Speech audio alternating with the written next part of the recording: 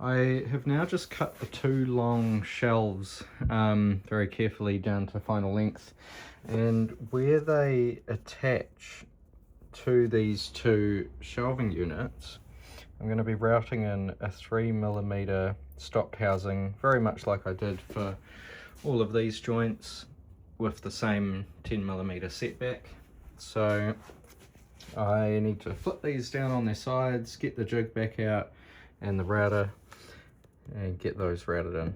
Whoops, I almost forgot about my dominoes and connectors to attach to these 2 points on each side. So I actually need to do that before I route in the recess on these side pieces on the shelves, because if I route the stopped housing first, it will be quite difficult to get the dominoes drilled in and at the correct depth. So I'll do them first.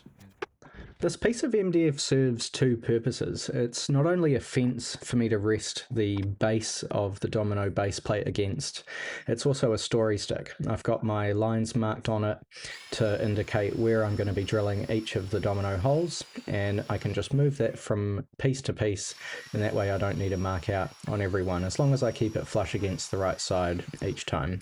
For this joinery, there's 6mm dominoes, and then I'm having to swap out the cutter bit for an 8mm cutter, and that's to cut the hole for the drawer style connecting points that pull these together, as it's not getting glued in place once it's installed on site, and technically it will be removable if the customer ever decides to move and take it with them. With the mortises all cut into the vertical pieces, I go over to the horizontals and cut their mating pairs, and then I need to get out the hole drilling jig for the grub screw pieces that get inserted into the 8mm holes for the drawer pins. I chose to position these on the top side of each of these long shelves, as when you're sitting at the desk in front of your computer monitor, these will be above your eye line. So if I place them at the bottom of the shelf, you'd be able to see them, so I chose the top. And with this being a bookshelf, once there's things on there, they'll most likely be hidden. Now that all the domino holes have been cut, I can come back in with my jig and route that 3mm housing into each of the side vertical pieces and clean them up.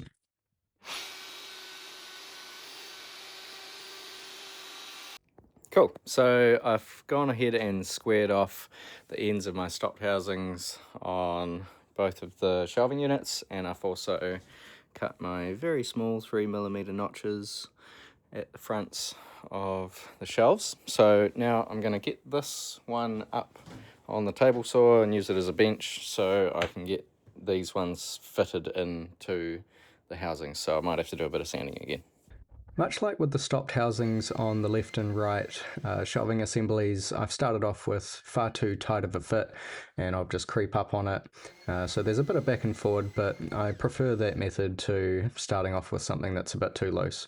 I'm aiming for these to be just sort of a slip fit, so not a press fit. I want them to just slide into place with no gaps, as I don't want to be fighting them on install days. This part of the assembly will be quite heavy, and we'll have to be standing up quite high, probably on some stools, to do the install. So here you can see I'm putting in the one half of the domino connectors. They have a plug that goes in, and then a pin that has a slight recess on the top side of each of them. And then the other side gets these grub screws, or grub screw holders, that when they're put in place and joint with the other receiving pins, the grub screw comes down and draws them together so they're held in place. So with all the hardware installed, I can press together my stopped haunched half lap joint and slide it together to give it a final test fit.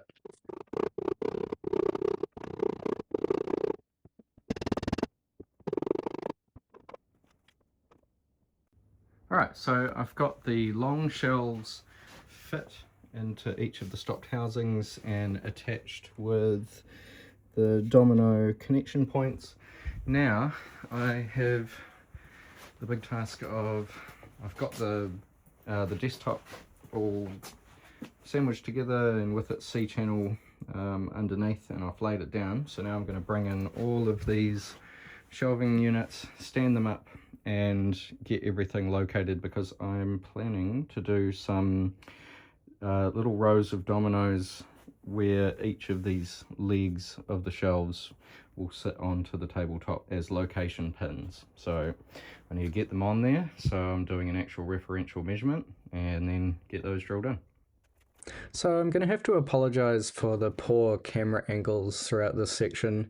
As you can tell, I'm pretty limited on space in my already very cramped workshop, and this thing is turning out to be pretty massive, but it comes together nicely, and I'm for the first time able to see the true scale of it. It's a bit bigger than it always looks when you're drawing it out on paper or on CAD, but it's coming together. So I'm pretty much finished with the majority of the construction work here. All the joinery and components are complete, and all I have left to do really is tie up a number of loose ends. In the next episode, I'll be adding some timber wall brackets so I can make this thing earthquake proof. And as always, if you've made it this far, thanks for watching.